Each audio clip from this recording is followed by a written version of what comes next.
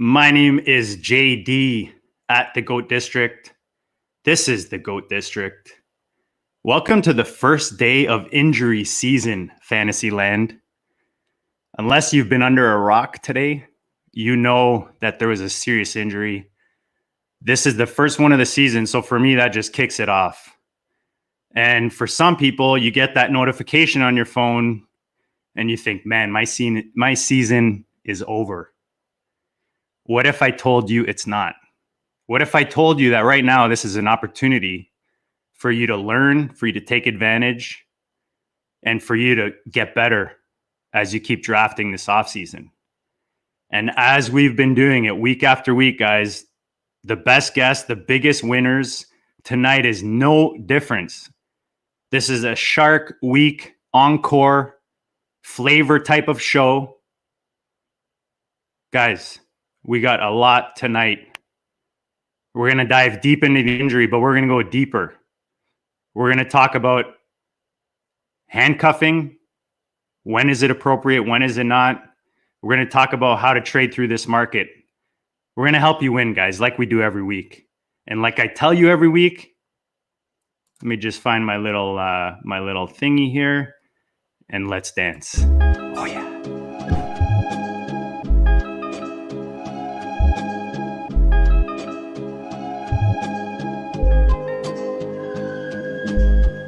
GOAT District, you know the Pope listens. Dynasty, our religion, for the blokes missing. On all of these trades, on all of these plays, on all of these grades. By the end of the day, y'all getting played. So, what you gonna do next? Try to fill up that flex? Send the homie a text? That trash offer's the best? You try to make it complex, then they text you back. Now all of a sudden, they don't make any sense.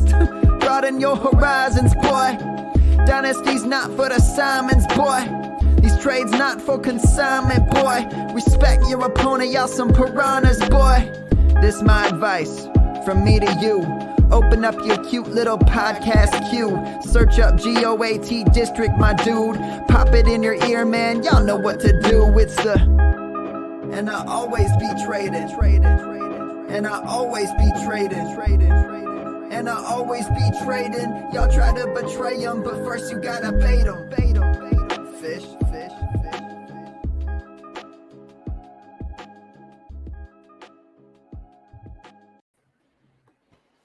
What is up, Fantasyland? Welcome back to the District. We're back for another great one tonight, guys. Another awesome guest. Dan, I really need to get you to click that button on the intro because I keep fumbling over that thing every week. But no, guys, tonight, I know we're all excited about tonight. And like we were saying, sometimes you get a little gift, right? And I never want to joke about an injury and, you know, you wish the player well. And look, Akers was one of our favorites, as much as Theo called him as, you know, one of the top sells, just because of where his value got so quickly, right? And what it was kind of holding on, that support, that, you know, very short sample size that it was sitting on. So we don't want to, you know, make fun of it, but guys, it's fantasy football, right? We got to take this, learn from it. And tonight is a perfect opportunity to kind of dive deep, but also beyond that specific injury, look at how, you know, how is this going to affect your roster build moving forward? How does this change your approach on handcuffing? How excited are you, Dan, about tonight's show? Oh, man, tonight is going to be awesome. Definitely excited. Been stoked all day. We've got a great guest, and we've got, you know, unfortunately, you know, a lot to chew on with the Akers situation. But you know, this is a great time to just kind of work it out and figure out what's our best way to handle this. So let's do it. Theo, you've exposed your glasses to the world. I give you props, respect for being strong and just going with it, man. Just, you know, put it out there. Who gives a shit, right? Just, you know, I love it. I love it, by the way. You know, yeah. Sometimes you got to mix it up. Sometimes your contacts are bothering you. You know, but the show must go on. Yeah, it's just a funny thing how, you know, for weeks it's kind of sleepy, and then all of a sudden a massive injury hits, and, you know, that's just fantasy football for you. And the summertime is you just got to roll with the punches. ADP shifts rapidly. You know, I'm sure we're going to touch on that tonight, but just it's a very unfortunate for a guy who was a very strong redraft play this year in Cam Akers, but it's definitely huge news for us to talk about tonight. Yeah, and just let me say, Theo, imagine Theo in a white button-down short-sleeve shirt with a black tie in the 60s. He would be fitting right into mission control in NASA. There you go. Starting early with the air horns. Yes. I love it, man. I love it, guys. The table is set. We've got our guests waiting. We've let them wait long enough, man. This guy is a rock star in the industry. You know him from Shark Draft Shark Draft. Sorry, guys. I'm looking at my screen and I'm saying that the opposite. Draft Sharks over there at draftsharks.com. And let's bring him in, boys. Welcome, Jared Shmola, to the district.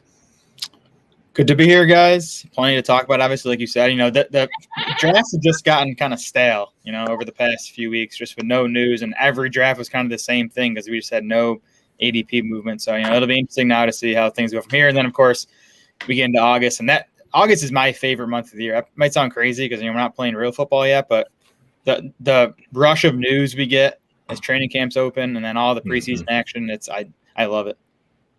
Also my birthday, but that's not important. Jared, we love having you on tonight. We're big fans of your work, and yeah, I mean, it kind of fits that not fits, but it's kind of with this injury, it gives us a nice buffet of topics to hit on tonight.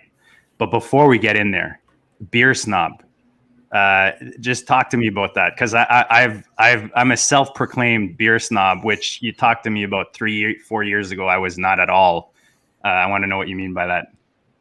I just like the good stuff, I mean, which you is kind of pay what you get what you pay for. I'm a big. What you got there? Palo. Canuck IPA action, one of my favorites. That works. I haven't had that one. I'm a big Belgian fan. Yes. And then the hazy IPAs, New England IPAs. I generally go for. Those hazies they're getting tasty, man. They're popping up everywhere. For sure.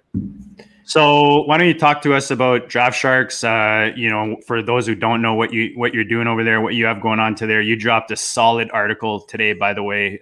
Guys, check it out, specifically on the injury, and covers a lot of it in that article. For an article you dropped, I was looking at it like 8 hours ago. So props to you for getting that out at a very quick timeline there. But let us know what's happening, the listeners over there at Draft Sharks. Yeah, that article, it was almost like a stream of conscience. I just kind of wanted to get my thoughts down as soon as the news broke. So, it's definitely still analyzing the situation as we go here. It hasn't even been 12 hours since we learned of the Akers injury. But yeah, today not only just the Cam Akers injury, but we actually just launched our redesigned website over on Draft Sharks, looking really spiffy. And in addition to that, we have a brand new drafting tool. We're calling it the Draft War Room. If you're familiar with Draft Sharks, it's basically just a revamped MVP board. So what it is it takes our projections, applies them to your specific league scoring system, your specific league starting requirements, and then sort of gives you customized rankings, and then also kind of suggested picks throughout your draft based on your team needs, ADP, what's still available on the board. So definitely check that out. I'm really pumped about it. That sounds great. Guys, before we get into the goodness, I'll ask you one more question. I see Girl Dad on there. I like to flex the Girl Dad with my little 5-year-old teenager. What's how old do we have over there at the Shmola household? She just turned 10 months, and that's awesome. So she was born the night of the week 1 doubleheader. The week 1 NFL doubleheader. She was born like right after that Broncos. Nice. So yeah, last season was it was different having to work and having a kid at home too, but we got through it. That had to be a blur. Yeah, it was. Oh man. We'll forget anniversaries, but we'll remember exactly what week it was when our daughter was born of the NFL season, right? Totally. Yeah. Nice. All right, guys, let's jump into the goodness. I mean, and you can start off, right? Let people know where they can find the article, or maybe you can start off with the article. Like I said, you touch on a lot of really good points there, so you don't want to give it all away. Obviously, let the people kind of go over there and read it, but give us your thoughts. Right off the bat, you said you had some thoughts pretty early today. Have any of them changed or evolved since then? And what were they when they started? Yeah, I think I've adjusted our Darrell Henderson projections like 4 times already since the news broke. So, still tinkering. My first thought is just Sean McVay's Rams have been an awesome spot for running back production. Obviously, you had Todd Gurley in McVay's first 2 seasons, 17 and 18. He was a stud. He led all running backs in fantasy points in 2017. He was top 3 across formats in 2018. The last 2 years, we haven't gotten that stud fantasy running back producer from the Rams, but their running game as a whole has still been awesome. They've been top 10 in rushing touchdowns in all 4 seasons under McVay. They've been top 10 in rushing yards in 3 of those 4 seasons. And that's just despite even some shaky O-lines over that time. So I just think McVay's scheme is strong for running back production, and that's with Jared Goff under center. And this offense could be even better with Matt Stafford. So, the opportunity for Darrell Henderson is awesome. Yeah, totally agree. How dangerous do you think it is to assume that Henderson is going to get the lion's share of the work there?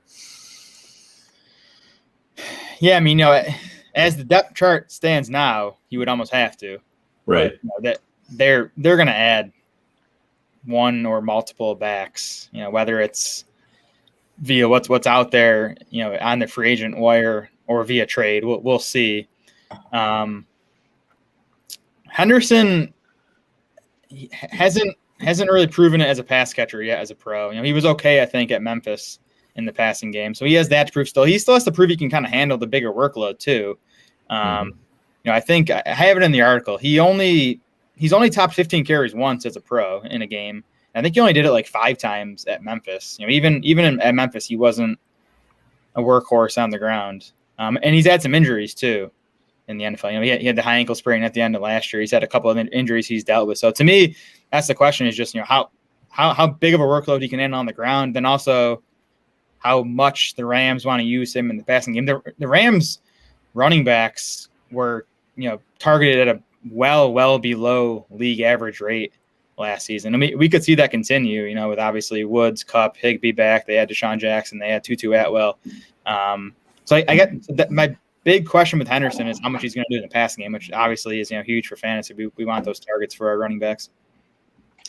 Yeah, I thought it was a good point you brought up about the running back production under McVay, and we can't forget that C.J. Anderson had that magical run as well. So it's almost like C.J. Anderson was on the street and ends up playing, I believe it was like 5 games, and he's productive in each one.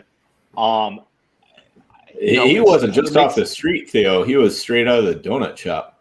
There you go. Yeah, this was he was at like the lowest rung, throwaway type signing, and the guy ends up producing. So it's like, I don't know. It's the appeal of a guy like Henderson with draft capital, with, like you said, not a whole lot behind him right now. It's very interesting to me, but I can see why Henderson would be very appealing right now. I kind of wonder where he settles, but until they sign someone, it's he's the last man in town, unless you believe in one of these names behind him. What do you think the move is, Jared? Like, looking at Dynasty per se, because those are probably the people that are the most worried, them and all the degenerates like us that drafted best balls. I got really scared when I saw the tweet this morning. Luckily, I'm at 9%, FFPC, but 12% on Henderson. So it kind of, not too bad. But my initial is like, wait on Henderson until they do add those pieces, because that's when his price will drop. Whereas right now, his price is probably could be at the highest unless they just don't add anyone, which from what you're saying, you don't think that's going to be the case. No, I definitely think they'll add someone. I mean, there's no one in free agency now that I think would come in there and take the lead job from Henderson. It's Le'Veon Bell, it's Todd Gurley, it's Duke Johnson. They're guys on the back end of their careers. I don't think you can buy Henderson in Dynasty right now. I think you're buying at his peak. If you have him, he's probably a hold, and maybe if you're in like rebuild mode, you sell him off now to highest bidder if you're not competing for this season. Akers is an interesting guy. I wouldn't be buying him. Achilles is worse than an ACL. It's probably the worst injury a running back can suffer. So I have my doubts about how he's going to return from that. He obviously has age on his side. He's 22 years old, I believe. But I have my doubts if we're ever going to see pre-injury Cam Akers again. So I'm not sure I'd call him a sell because you're probably selling for 50 cents on the dollar. But I wouldn't be buying Cam Akers right now. He's 23.9, Dan, and I'm going to let you go next because I know there's a couple points in there that you want to touch on. Yeah, for sure. I mean, as far as Akers goes in Dynasty, for me, he is a hard sell right now. If I'm the Akers owner, I'm looking to cash out for whatever I can get while, there's still people who are plenty optimistic about him, because there's still a lot of people out there who are thinking, yeah, he's out this year, but he'll be fine next year. And history just shows with running backs that's just not the case. Running backs and linebackers have by far the worst rate of getting back to what they were before. That's not saying they can't return to play, but returning to play is one thing. I mean, Donta Foreman returned to play. Beanie Wells returned to play. Mikael Lashore returned to play. So it is possible to return to play, but none of them were, what they were before the injury.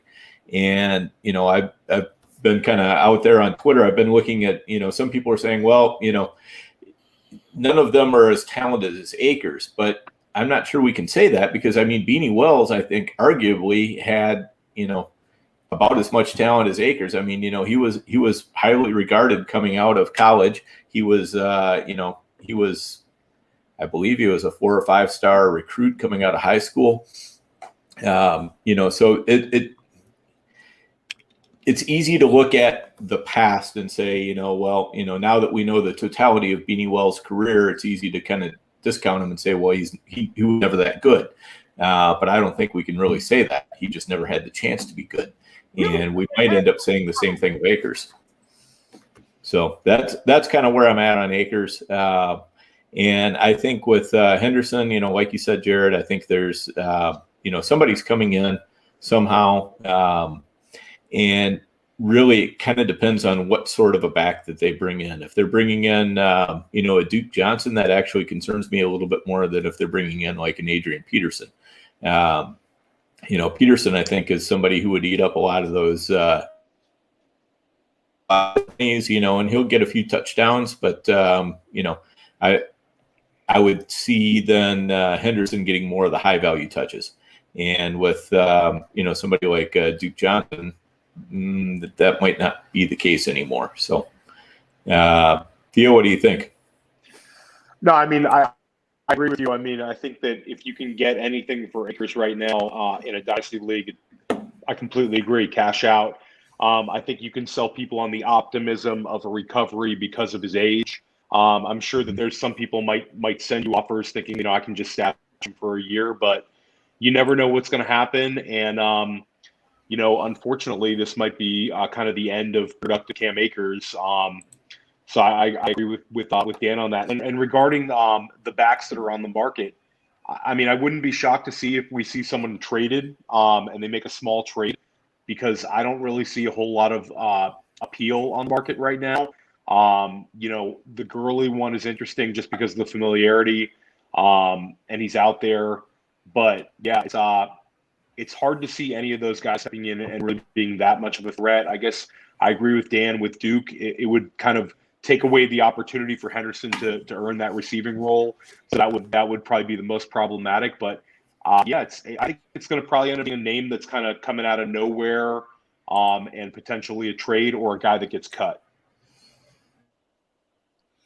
So, guys, obviously we covered different formats on the show. We talked a bit of Dynasty. Look, we've had some huge winners. You know, a lot of our listeners play these big tournaments, FFPC, Underdog, even throwing in there some serious best ball with the big dog.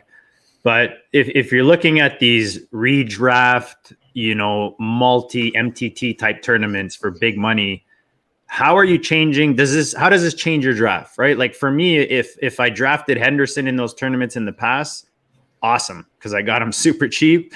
Now I'm probably not going near him, like personally. Jared, how does this change, drafting these guys or just drafting these tournaments in general? It's tough. I mean, I know the argument is, why should I take Henderson in round 5 when I'm competing against guys that have him in round 10? Like I get that, but you also can't let him fall too far past where you think his fair value is. Because someone's got to take him, and your first job in these tournaments is to win or come in the top 2 or top 3 of your 12-team league. So I'm not going to let Henderson slip to the 7th round just because there's this guy in this other league that has him in the 10th. So, maybe you let him go a bit past where you think he should go, but, not more than a round for me.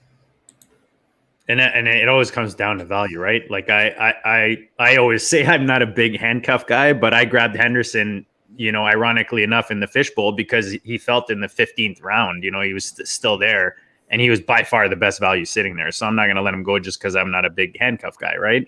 And I think that's what you're saying. It's about value in these drafts, and I don't think that changes. If he's the best value and you think that that's helping your roster, you're going to grab him. Yeah. Go ahead, Dan. I was just going to say, I think, also it pays to take a look at, how many teams have been drafted in the tourney, like how full is it? If you're talking about something like, the FFPC mains, barely any teams at all have been drafted. So, for me, that's not going to affect my strategy there at all. If I'm going to take Henderson where I think he should be taken, and I'm not, going to let him really fall a pick past that. But if you're looking at, a tournament that's already 2/3 full or something like that, then I think you probably want to let them fall a little bit farther. You do have to take into account the overall strategy a little bit more, though. As Jared said, it's super important not to overemphasize that, because you still have to get out of your 12-team league that you're in to start with. I think. Sorry, go ahead. No, go ahead. No, go ahead, Jared. I would just say I think the structure of those tournaments is so important to understand. Like, if I have it right, the FFPC basketball tournament, you're competing again in 12-team leagues the whole way, right? You have to come like top 3 in your 12-team league in the first 13 weeks. Yeah, their big tournaments are like that. Yeah, so you're never needing to beat out the entire pool of teams over the length of the season. So I think it's important to understand the structures. It's a great point. It's true. Yes, I was going to agree with Dan. In like the football guys or the RotoWire Online Championship, I wouldn't. I would treat it as there hasn't been that many drafts done. It's still the middle of July, and like Jared said, you can't lose track of the short-term goal, which is to win that league, to win some money, and then hopefully move on. So yeah, I have some double-digit shares of Henderson, which I'm happy to have, but it won't prevent me from drafting him if he becomes at a level that I'd be comfortable drafting him in. I'll be interested to see where he settles, though. Where do you guys think he'll settle in? For instance, FFPC AP. Guys, don't answer that. If you're watching right now, smash the like button. You're getting like free goodness right now. You're getting this happened this morning, so you're getting some fresh info that you can get and use ahead of your league mates. So guys, smash the like button, smash the subscribe. Didn't mean to rudely interrupt, but come on, man. All these people watching, show some love. Come on. All right, go ahead, guys. That's my biggest question is, the fact that it's kind of new and, it's going to be very appealing to get that part of that Rams offense, which has been pretty hot. You have Woods and Kupp both going high. Stafford, people are bullish on. We were taking Akers at that 1-2 turn. Where will Henderson end up? It's hard to say. I don't want to be in the first, couple of football guys drafts, RotoWire online championship drafts. I want to kind of let it settle. Where do you think he'll end up in these initial drafts? I mean, where I think I'd value him right now would be round 4, maybe round 5. Just sitting here with some of the questions we have about what else they're going to add and exactly how big a role he'll play in the passing game. I think that risk pushes him down to there. I think if we, I think it's possible by the end of August and September that he's a 3rd round pick if they hadn't added anything significant, and we're hearing some good stuff out of LA about what their plans are for him. Yeah, I think that's probably pretty reasonable. I guess right now it would be pretty hard to take him in front of, like Dobbins, Swift, guys like that. But when you start getting to the David Montgomery range, then, you're probably talking it's, you got to at least think about it. And, I think Jared brought up a real good point too, that the Rams offense may go away from, passing to the running back as much, just due to, what they have. And, some of the pin action on that might actually be good for like Higbee and, certainly Kupp, maybe even Woods with the jet sweeps and that kind of thing. But I see, I think unless we see something in the preseason that says that they're going to really trust Henderson as a pass catcher and in pass pro as well, that's probably going to be, I see them going away from the running back in the passing game a little bit, and that's going to be to the benefit of the other pass catchers. Yeah, which is huge. If you were confident in this Rams offense on the passing side of it with the quarterback, maybe you're stacking these guys in these big best ball tournaments, which I've done a lot with this offense. I mean, it kind of favors you now because they probably will lean less on the running back, like you said, Dan, whether that's in the passing in the short game. Because Stafford, let's face it, he's not check down Charlie, right? He especially with the guys he has here in this offense with Woods and Kupp. He's even got Deshaun over there with his Van Jefferson that's still there. So a nice long game for him. So you think it benefits those guys? Is that the ripple effect? I'll go to you first, Theo, that you're expecting is kind of the benefit with these guys. Does it do anything for the tight ends? Was Akers maybe taking some of the targets that they might get now, or does it just not really change that situation? I think it would take some speculation as to, which way they go in the red zone. I certainly think that Akers would have been a very capable goal line back. I wonder if, Kupp could develop that goal line, that red zone connection with Stafford, which, some people think. I guess for me, I want more shares of Woods and Kupp. I think that their volume should go up, at least a little bit. I'm not so sure about Higbee. He's already going at kind of a range where I feel like that's kind of at his peak. I'm not really into taking, Higbee where, Goddard's going, for instance. That would kind of be my takeaway. I want a little more Kupp and Woods. And that's kind of where I'm at. How about you guys? Yeah, I was already super high on the Rams passing game before this news broke. And yes, I guess Kupp and Woods in particular, and Stafford was a guy I was taking. Higbee was a guy I have some shares of. I bumped all 4 of those guys up in our projections after the Akers news. I just think the Rams are going to throw it more, with kind of these questions in the backfield now. I mean, I think even if Henderson hits, like he is not going to get the rushing volume that Cam Akers would have gotten if he hit. I just think Henderson is not that type of back. So I took the Rams up from like a pretty balanced run pass split. So pretty heavy lean towards the pass, which they did do 2 years ago, 2019, when Todd Gurley really struggled. They were one of the pass heavier teams in the NFL that year.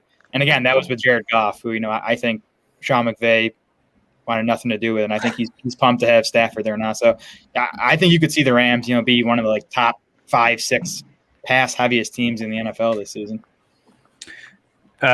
Before we go to our next question, guys, Jared, we do a little OTC on here on the clock. So if you're in a draft, which guy you taking, and our buddy Kevin Wheeler, shout out to Wheeler, one of the best rankers out there for the past, I don't know, handful of years now that he's in the top 5 out there in Fantasy Pros, but he's given us 2 really good ones. So looking at, I'll go to you, Jared, as our guest, Hendo or Miles Sanders? I like Sanders there. I almost think Henderson's best case scenario for like volume is kind of what we're baseline expecting for Miles Sanders. So I just think you're taking on more risk and not getting a whole lot of upside. I mean, he's in a better offense, so maybe there's slightly more upside, but I just think you're taking on too much added risk there.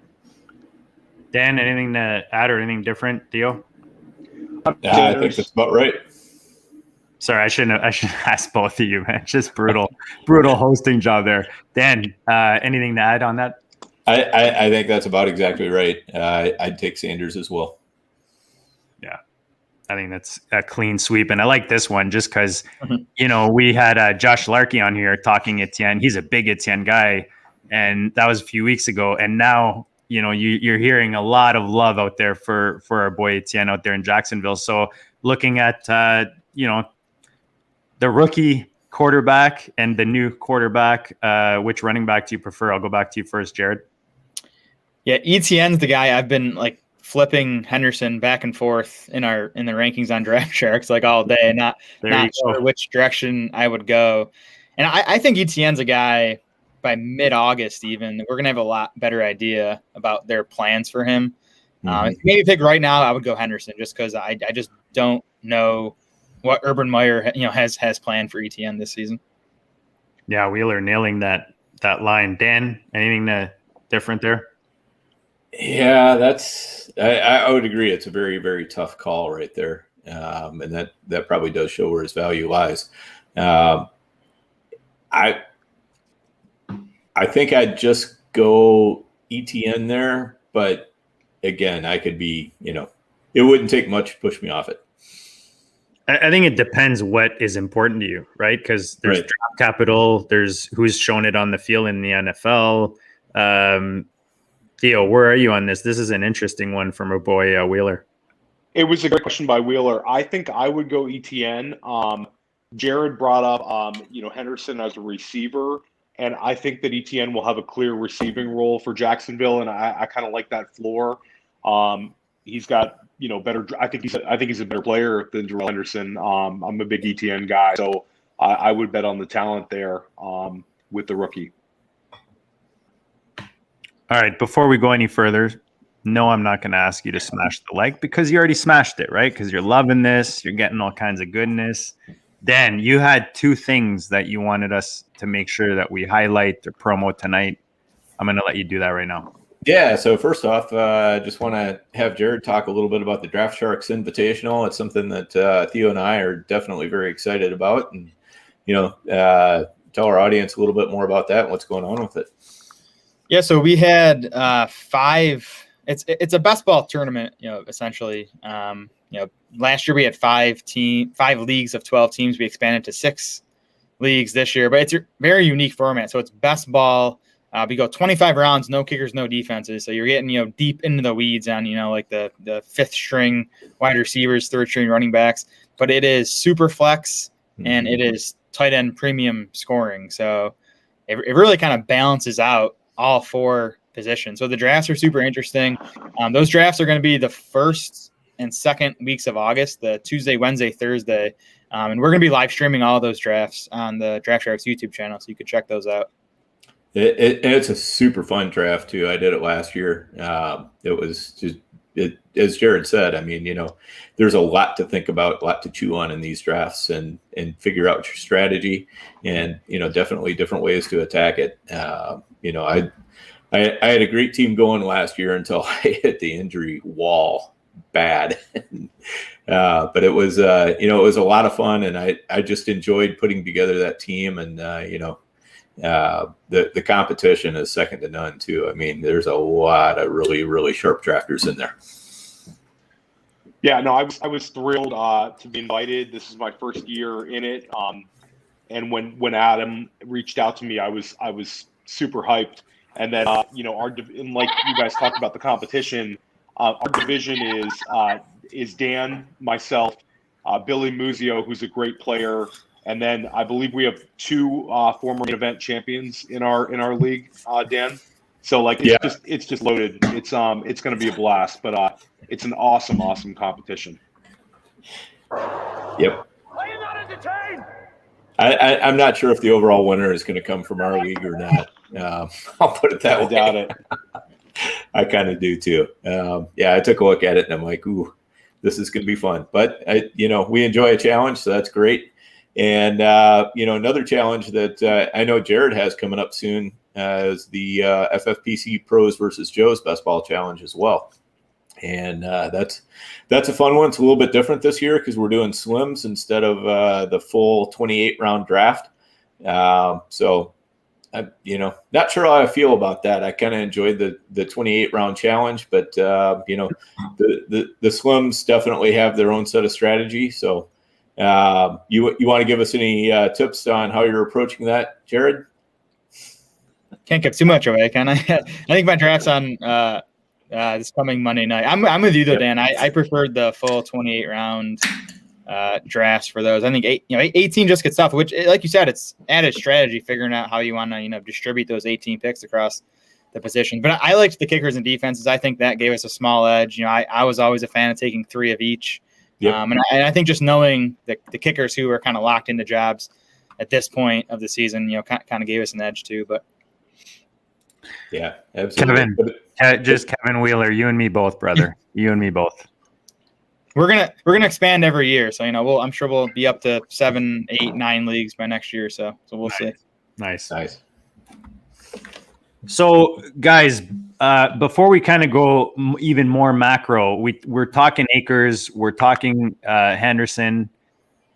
I'll go to you, Jared, because obviously first time on the show. We talk handcuffs often on here. I know personally I'm not. I rather have other guys' handcuffs on my rosters. Just not limiting my ceiling is kind of my simple way of approaching that. But in some cases, like we talked about, value falls, whatever the case. What's your general approach on handcuffing? And do situations like this change, that approach, or does it do anything different, I guess, for the rest of the off season when you're looking at handcuffs? Yeah, I'm not a handcuff guy. I think they're okay if you're, just in a 12-team league, you're just trying to beat 12 other owners. I think they're okay. I think in generally though, it's handcuffing is kind of like playing not to lose. Like if you're trying to get first place in the league, you need to assume your first few picks are hits. And handcuffing is literally saying, there's a chance this guy goes down and I want to have his backup. I just think, like you said, it kind of limits your ceiling. It's kind of playing for 3rd or 4th place. Right. Yeah. If you're playing one of those best balls where it's just basically a double up or whatever, great. Go ahead and handcuff all you want. But otherwise, I don't think you can really afford to. And when you get into tournaments, I mean, I think it's just basically strictly taboo. There's no way you're going to win that tournament. I mean, the entire idea of best ball is, there's going to be one winner, and your chances of being that winner are far less than 50%. 8.3% if you're just average, and so you can't go into it with the idea that you're going to try to just protect your early picks. You have to assume every pick's going to hit, and you have to be okay with losing leagues because it's going to happen a lot, whether you want it to or not. And the only way you can win leagues is to not be afraid to lose them. Yeah, you got to swing for the fences. But just to add to the question, I'll go I'll pass it to Theo. Does, like, for a situation where you're setting a lineup, because best ball, I again, you're kind of capping your ceiling, like we all talk about, but kind of why I did I'm like, I'll take Henderson here with the fishbowl. Does the 17-week season affect anything with you guys, especially at the running back position, a position where maybe a team going in the playoffs, they're going to rest their guy, or I don't know. Does that play a factor at all? I guess is the question, Theo, or not? No, I don't think the expanded season really changes my strategy much in terms of handcuffing. For me, I'm a handcuff sometimes kind of guy. In formats like FFPC and NFFC, I agree with Dan and Jared. In best ball, I don't see the benefit to handcuffing.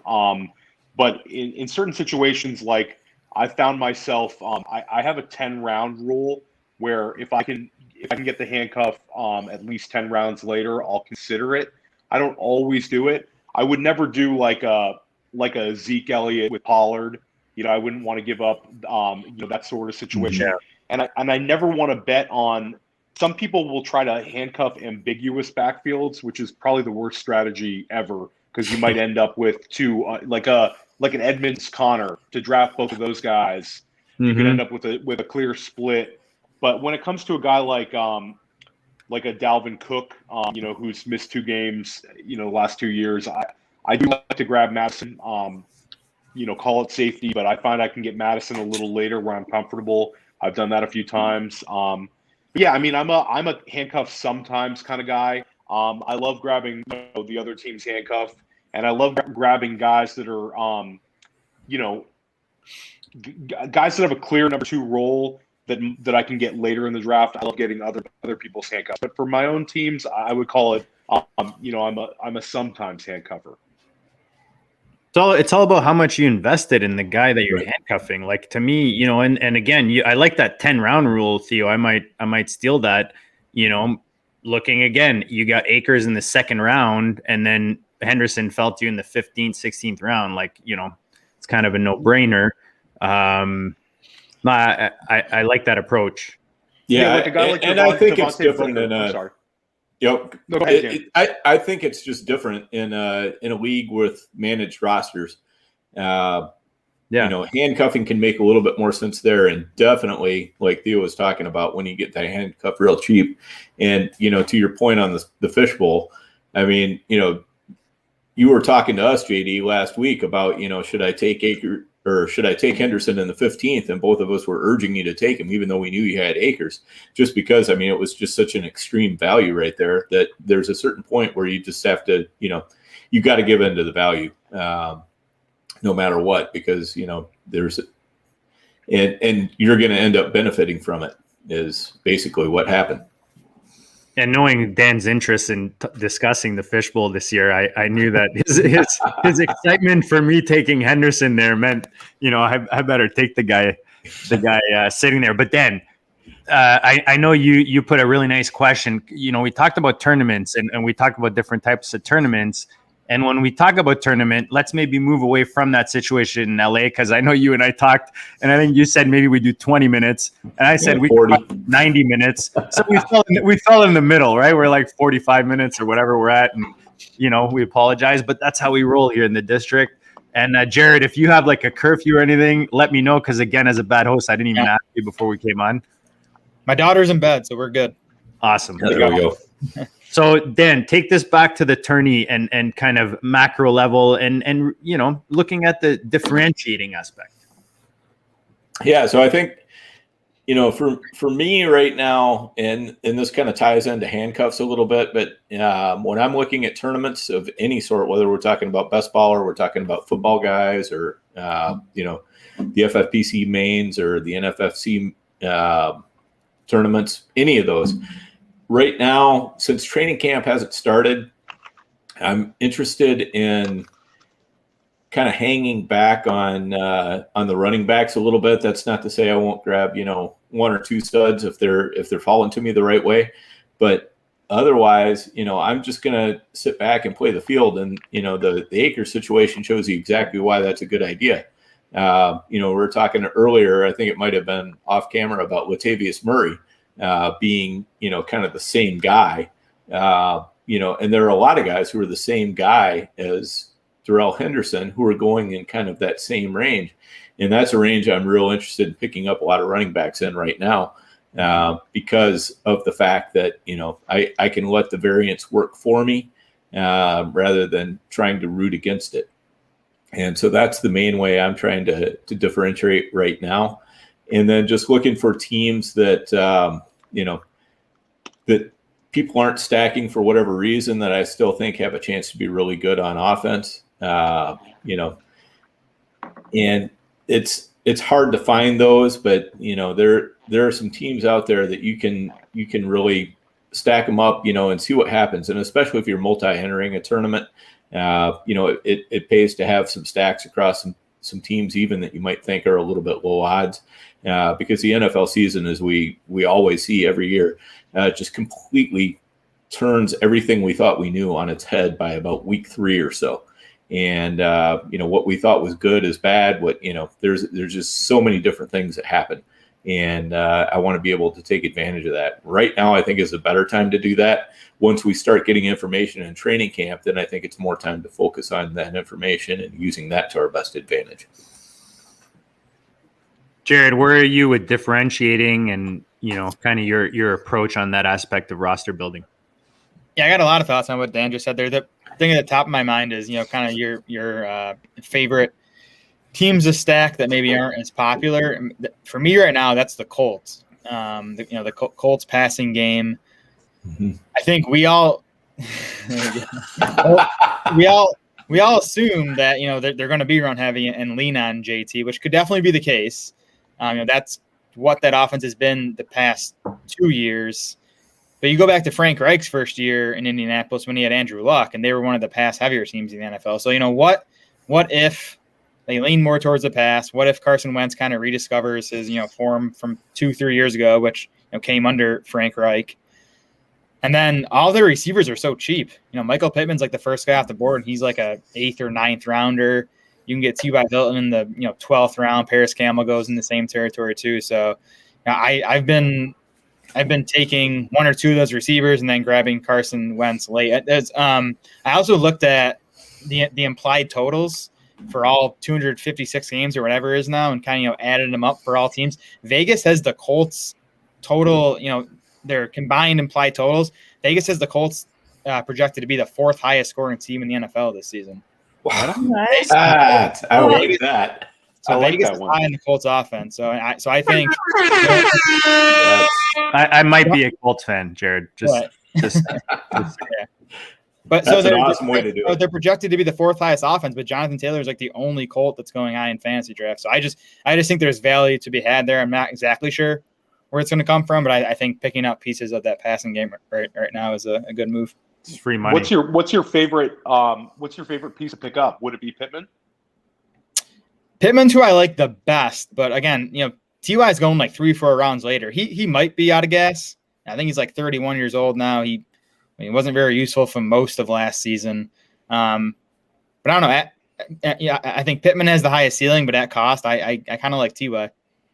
Yeah, that's not bad. How do you feel about Paris Campbell? Are you a Campbell believer? Do you think he's got it in the tank? I liked him coming out. And I think, he sort of gives that offense. He's a bit, it sounds funny, he's a bit redundant with Nyheim Hines almost, though.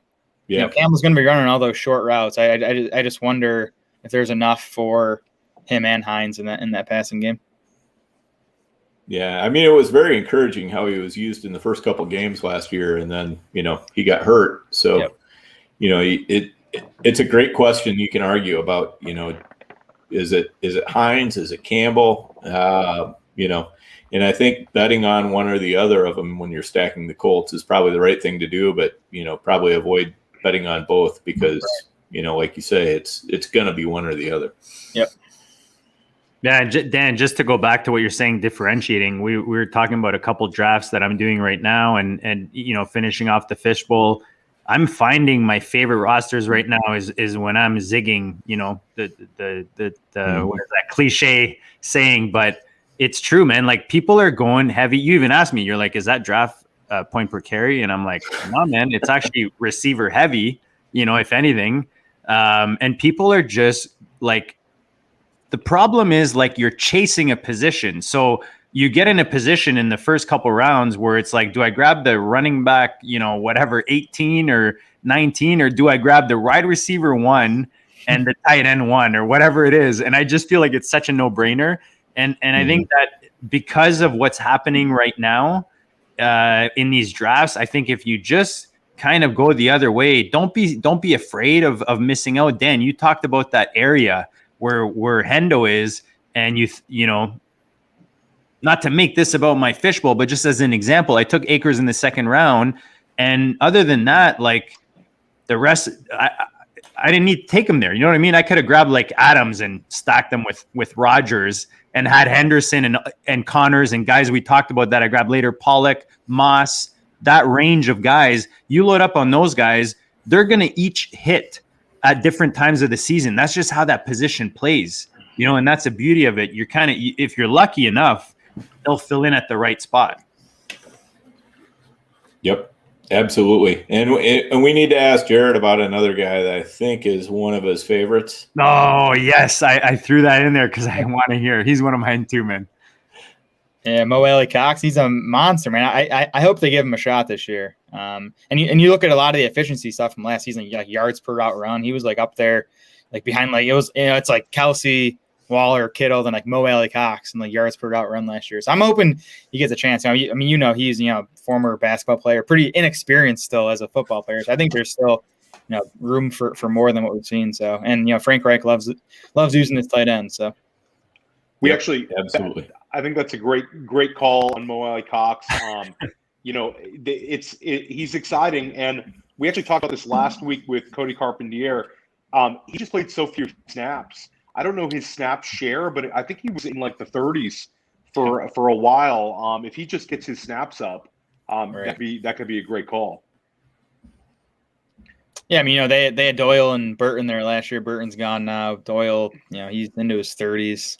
And then they got the rookie Colin Granson, but you know, the hype's there now. But those rookie tight ends don't usually pan out. So right, sure. And with Doyle, I mean, he's probably going to be used more as a blocker than anything. I mean, you know, they're certainly going to leak him out, you know, and he's going to get some targets, and you know, he's going to do Jack Doyle things, but he's more of a floor than anything. Yes. You know, if you're looking for ceiling, you're looking for Mo Alley, and if you're looking for floor, then you're probably playing the wrong game. Was it target share you were asking about, Theo? No, it was just Snap share. Snap Oh, share. snaps. I think like total Yep. snaps, he was. Snap share is 48.8% last year. Okay, so I was a little low on that, but he's still, you know, he's just not out there that much. So you know, and like Jared said, he didn't play any college football. I mean, he was at VCU, and you know, he was a beast at VCU too. The guy was on some pretty teams, and you know, he's still developing. So you know, if I can get up to 65%, you know, wheels up. Yeah, and with Burton out of the way, that makes a big difference probably in how he's going to be used. I mean, you know, unless you think, you know, like Jared was saying, you know, expecting Colin Granson to leapfrog Mo Alley-Cox, I think is probably a step too far. And just wanted to go back to one thing you and Dan both talked about, Jared. But I love the kind of the under the radar stacks. You bringing up the Colts. I know for me, I've grabbed the Miami. I've tried to stack Miami a little bit as my QB2. I like getting a couple of their pass catchers. I found myself doing that. Before Fields rose up, I tried to grab a little bit of like the Fields, you know, with either Robinson and like a Kmet. I thought that was a nice one, but now I feel like everybody's trying to stack the Bears. But Miami's an interesting one. Their pass catching options, nobody is super expensive right now. You can get Tua super cheap, and I like correlating them when I do any kind of a Dak Prescott team. You have the Week 7 bye for Dallas. You can grab that Miami hosting Atlanta, you know, and just go for it with that build. So that's kind of my under the radar stack. So are you on either one of them? That's an OG nugget right there, folks. That's a little. I've done that a couple times. That's good. I'm giving it to the Goat District, but it works. You know, you get that Week 7 smash game against Atlanta in Miami, and Dak's on a bye, so I've just done it a couple of times. But what's your thoughts on Miami? Are you betting on a particular pass catcher? Do you like them as a potential stack? I do. Kind of the same reason as Colts. They're just so cheap. I think no one is exactly sure how the targets are going to be distributed between those, wide receivers. So people are just kind of avoiding them in general. I still have some optimism for Tua. I mean, last year, there's nothing you can really point to last year and say, that's the reason, he's going to make it as a pro. But, I mean, he was coming off that hip injury, and that was serious stuff. So I think it's possible he just, wasn't ever fully healthy last season. I think he has a shot still, especially with those wide receivers. I mean, I love Will Fuller. When that guy's healthy, man, he changes the offense. And he had Waddle, obviously. Fuller and Waddle are my two favorites. And this is definitely narrative. There's no numbers I can point to, but Tua to me seems like a quarterback that likes to see guys open. All the receivers he played with at Alabama, they got open. Jerry Jeudy, Devontae Smith, whereas Devontae Parker is more of that contested catch guy. So I just don't know how Tua and Parker are going to mesh. I don't think they were too great together last year. So to me, Fuller and Waddle are the two Dolphins wide receivers I'm most interested in. Yeah, totally agree. I mean, I know this guy over here, he's a big Fuller fan. And Waddle, I definitely like as a guy, if you're feeling good about your wide receiver core through, 7-8 rounds, whatever, smashing the Waddle button at that point, I think is just great, because I see him as a guy who's probably going to come on towards the last half of the year. And if you're in a tournament and you're looking good to, make it into the finals and move on, Waddle, I think, is going to be a guy that you definitely want to have on your roster. One that I've been smashing recently, especially like underdog, is Cleveland. Just ODB, Landry. You can get them all pretty cheap. Hooper, Mayfield. Like Mayfield is like going as, I don't even know what QB. 20. Yeah, Mayfield's ADP makes no sense in regards to what the rest of it. As your QB2, Yeah, I mean, it's one of those things. It always makes sense to look at the quarterback versus pass catchers and how the ADP is relating to each other. And that's definitely one of those places where you look at Baker's ADP and you look at the pass catcher's ADP and you say, this just doesn't really make sense to me right now. But it's stackable, right, Dan? # always be stacking. Like you also, exactly. If you're looking for cheaper stacks, I find like that whole division, even Baltimore, Pittsburgh, like you can get these stacks pretty cheap, man. Yep. All right, guys, before we go deeper, smash the like, of course. But and Wheeler, keep the comments going, dude. I keep throwing your comments on there because they're dead on. Guys, the FFPC, myffpc.com, we talk about it every week. That's where we play, all three of us. I'm sure Jared plays on there as well. $500,000 on the regular with the redraft tournaments, guys, whether it's the main event. You want to draft in Vegas? You want to go to Vegas and draft live? Wow. Theo and Dan are going to be down there. Actually, a bunch of our recent guests are going to be down there. All these sharks, we talk about, I believe Billy Musio is going to be down there. A bunch of guys that we've had on, a bunch of sharp players are going down there, including Dan and Theo. And it's just a fun time, man, in Vegas. It's just a fun time doing the live draft. It's a party. You get to know everybody. You put a face to a Twitter handle. Best Ball, they got 100,000 grand prize right now for the Best Ball tournament, $125 entry. And then, of course, the Dynasty Leagues starting at $77, and the Best Balls starting now at $5, guys. So no excuse. Like if you were thinking, oh, this is high stakes, I don't want to spend a lot of money, we're starting at $5 now with these Best Balls. So, guys, go check out myffpc.com. Just an awesome site to play on.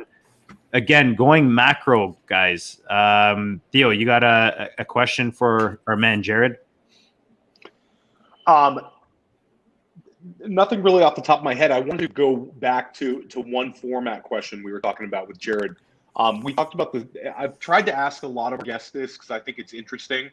When you get to a slim Best Ball format, what's your favorite roster construction? I like going quarterback and tight end early, so I can just stick with two of each. And then, that gives you 14 spots to play with at running back and wide receivers. Whether it's five nines probably. 2.592. Does that math work? Is that 18? That's probably what I'd shoot for. You don't always get that because it depends what falls to you. But I think when I go into drafts, that's kind of what I'm hoping to end up with. Yeah, I think that's great. I think that that's the one question that sharp drafters like yourself is you hear different answers on running back. Some of them are going with the 4 running back build. Some go with the 5 running back build. It's a personal choice, but there's no right answer. I feel like it's pretty down the middle. It's interesting to me. Yeah, well, and it definitely depends on the quality of running backs you get early in the draft. If you take 3 running backs in your first 4 picks, then in that case I'd be comfortable sticking with 4. But if I don't go so running back heavy early, that's when I think you want to go to 5, maybe even 6.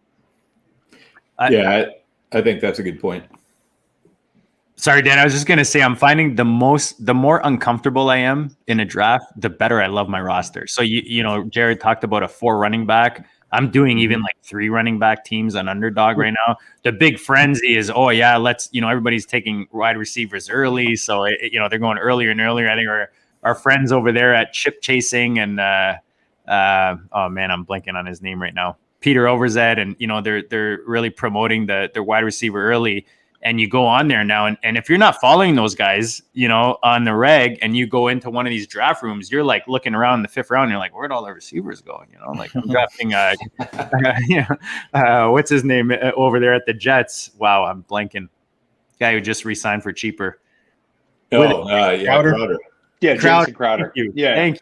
Yes, Crowder. Yeah. Like you're looking around and you need like your 3rd or 4th receiver, and Crowder is sitting there. You're like, oh man, I totally missed the boat, right? And that's what it is. There's trends going on, and I feel like the more uncomfortable you are in that draft, the more you say, you know what, let these guys take that position.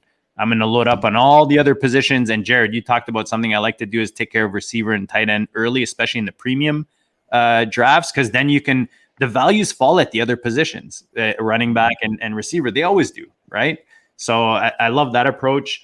I want to go back to kind of not necessarily to LA, but player ownership. I think player ownership, whether you're looking at best ball, dynasty, when you're spending, when you're especially in multiple leagues, spending quite a bit of money on these buy-ins, how much do you pay attention to player ownership, Jared? And at what point do you pay attention to it? Because some guys will say, unless you're doing like 100 drafts, shouldn't matter, right? So where are you with the ownership situation? Yeah, and I usually end up around like 30 or 40 teams. So it's probably not as big a deal to me as someone who is doing 100 plus. I would say to me, ownership matters too more early in the draft. I don't want to end up with I love Joe Mixon this year. I don't want to end up with 70%. You mean the earlier rounds? Yeah, earlier rounds. Yep. Okay. Sorry. Later round flyers, I'm fine having 50% of those guys, but in the early rounds, I do want to distribute a bit because all those guys, or most of those guys, have the potential to smash ADP, and then they all, as we saw with Akers, have the potential to go down with an injury and miss the entire season. So I don't want to be too invested in those early round picks. But before I go to my 2 goats here, is there a reason you're only doing 30, 40 other than like a time constraint? No, honestly, like I know personally I've cut it down and I want to kind of focus more on the ones that I'm doing as opposed to like spreading too thin. Is that a factor? Or is it just like you have a 10-month-old and you got a lot of shit to do? That's a factor. I have a wife. That's a factor. Honestly, man, work's so crazy for me during the season.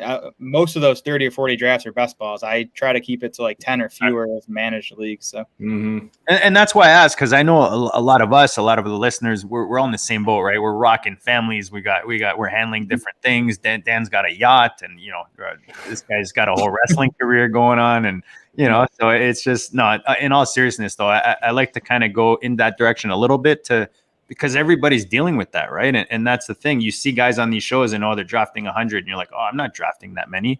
But I think everyone's got different situations, and that the beauty of fantasy is it allows you to be flexible. One season you could do 30, next season you might be doing 100. The season after that, maybe you're doing 5. So you have that flexibility.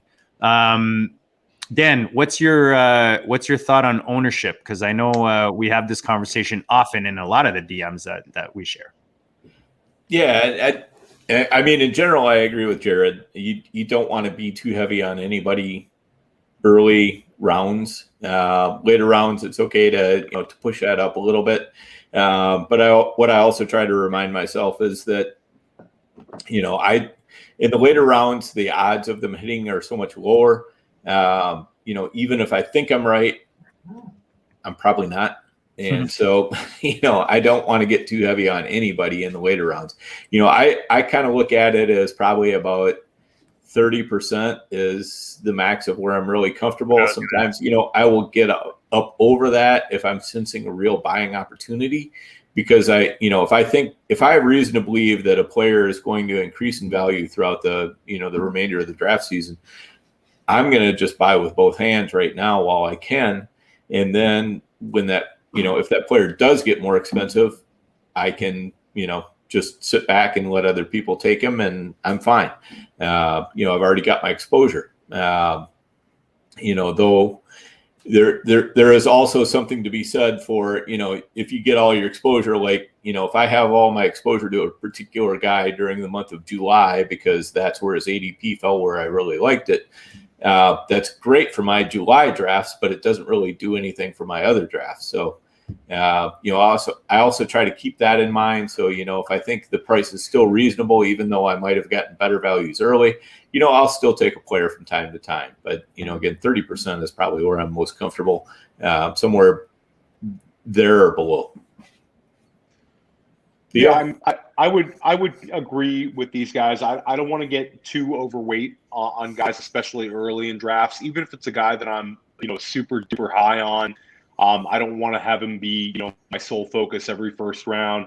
I do find in June and July drafting guys you have great conviction on that are falling into a wonderful value. I don't mind continually drafting them when it's like the 6th round, 7th round. And when it comes to late picks, I don't mind being a little overweight on guys when it's like I've been drafting Devontae Booker for a long time when he was going in the the 19th round since draft started. And I continue to draft him when I can. It's a bet against Saquon playing the full year, and I'll continue doing that. I think that when you get late in drafts, I think you got to go with I don't mind being a little overweight if I have great conviction on a guy. Mm-hmm. Guys, anything to add? I mean, we kind of went, we started off with the situation in LA, and I think we kind of, like kids have these drones these days, they start off real low and then they go macro, right? They get a big bird's view type of situation. Go ahead, Theo. I had one for Jared. We've talked about some guys you like, and some guys you're bullish on. It's kind of come out in conversation. Give me some of your fades. Some guys you really don't like at ADP right now. With concentrating on, the first couple of rounds of the draft. Is there anybody you think is way overpriced, or maybe your projections are showing them to underperform? Yeah, the guy that immediately comes to mind is Ja'Marr Chase. He is generally like a 4th round pick. I have him as more like a 6th round value, kind of right there with like T. Higgins and maybe like a round ahead of Tyler Boyd. I just think the targets are going to be pretty evenly distributed there. I wouldn't be surprised if Higgins out targets Chase this season. I mean, we don't know how these guys that didn't play football last season, we don't know what that's going to mean. We haven't been in a situation like this where we have at least this many guys that didn't play football last year. And then I still have, I guess I'm just lower on the Bengals passing game in general than consensus. I mean, you have a quarterback coming off a torn ACL who is entering his second season behind and more too. I mean, not just and more, ACL. right? Yeah. Yep. Multiple ligaments, and behind us still shoddy offensive line. So I just think there's more downside to the Bengals passing game than a lot of people are pricing in right now, and Chase especially. I don't mind Higgins or Boyd where they're going, but Chase I think is overvalued, and even Joe Burrow is a guy I have not been taking much at ADP. I think you nailed it there. I picked up Chase in a rookie draft where I had Burrow, but it's a roster I wasn't planning on competing this year, especially it has Akers. So now I'm definitely not competing this year, even though I've had this. Oh, yeah, I mean, Dynasty, I love Chase. Dynasty, exactly. Yep. But I think you're right. I think Boyd and Higgins are the two guys you want to smash on in redraft or for 2021 anyways. Yep. All right, guys. This again, just a great show. We're keeping it a bit more conservative this week. We don't want to kind of drag out Jared's time here too much because he's been generous enough to give us the 60 plus. Jared, this has been awesome, man. We appreciate all the goodness you're dropping out there. Remind the people where they can find you, find the goodness, especially that Acres article, because people are out there looking right now on what they should do. So after they listen to this awesomeness tonight, make sure they go check out your article and anything else you want to share before we close this out. No, yeah, I really appreciate you guys having me on. I mean, I respect all three. You learn a lot from all three of you all the time, even just if it's on Twitter. So you can find me on Twitter at SmolaDS. And then you can find my stuff at draftsharks.com. And check out that brand new redesign site. I'm pretty jacked up about it. Yeah, nice. It's a sweet site. I mean, it's there's a lot of goodness on Draft Sharks. I mean, the deeper you dive, the more you find. Honest to God. So check it out. If you've never been there, definitely worth a subscription. For sure. Appreciate you, Jared, Dan. As usual, anything else you want to add before we close this out? I know you have like some pretty big drafts coming up, so maybe remind the people where they can when to expect that if they're following you on the Twitter machine.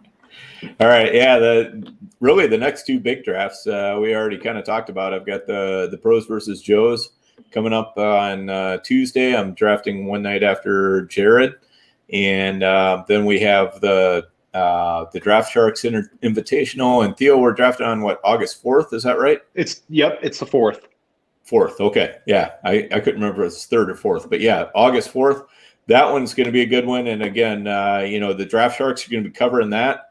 That's a podcast. It's well worth tuning into. It was a lot of fun to listen to last year, both in the ones I was on or the one I was on and the ones that I was not on. Just a good series and a lot of great commentary going on there. So make sure you get on the Draft Sharks podcast and be listening to that as well. Theo, as usual, we've got some serious guests lined up, moving forward to kind of add to the goodness that we've dropped recently, including tonight. So parting words, a little teaser on what's coming up for Fantasyland. Anything else you want to add, brother? Oh, no, I thought this was great. Jared continues an awesome run of guests, some awesome content tonight. I was sitting here taking notes a little bit. We're going to keep it going. We have some great guests lined up for August. And, you can I'm looking forward to the Draft Sharks Invitational draft. And, we're just rolling along here in the GOAT District. Yeah, we are, guys. And hopefully you've been tuning in. Hopefully you stick with us all off season, multiple times a week. We're dropping goodness. I know our buddy John has, for commissioner evaluation, has Mr. Tagliere coming on next week, one of my favorite analysts. So stay tuned, guys. We've got all kinds of goodness. We got you covered, no matter what format you're playing this offseason. Big thanks to our guest tonight. Jared was awesome. Obviously, big thanks to my two goats that I get to hang with every week and make me look awesome, awesomer than I would on my own. And big thanks to you guys, man. You guys have been awesome. Like literally with the downloads, the likes, you guys have been amazing. We joke about the smash the like and all that, but that's literally the best way you can support the show is just to go down, click that like, click that subscribe. Maybe you share with some friends, not your league mates. And maybe you go over to Viridian Global, get some of this goodness right here, little JT action right there, little GOAT action, little more GOAT action on this side. No, man, but they got some good stuff. Whether it's GOAT, fantasy, they've got you covered. Scott Fishbowl, they've got literally like every division they made, a whole wardrobe for. So go check them out, viridianglobal.com. If you want to check out the GOAT stuff, it's /collections/GOAT gear. And Dynasty Depot, again, you want to get into these Dynasty leagues on the FFPC. Dynasty Depot is a nice way to get in, maybe a little cheaper than you might directly on the site. And it might give you more of a variety of options to get into these leagues. And again, McNamara Dynasty, just some in-depth Dynasty goodness over there by our friend Jordan and everything he offers. So guys, stick with us. We appreciate, again, everything you guys have been giving back with regards to the likes and the follows and so on. You have any questions you want on the shows, make sure you tag, any of us, all of us, your trades, anything this offseason that you're wondering, even a roster you want us to analyze, anything like that. Guys, more VIP guests to come. We always wish you to be safe. We always wish you to keep winning, because that's what we're here for, to help you do. And we'll check you guys all later.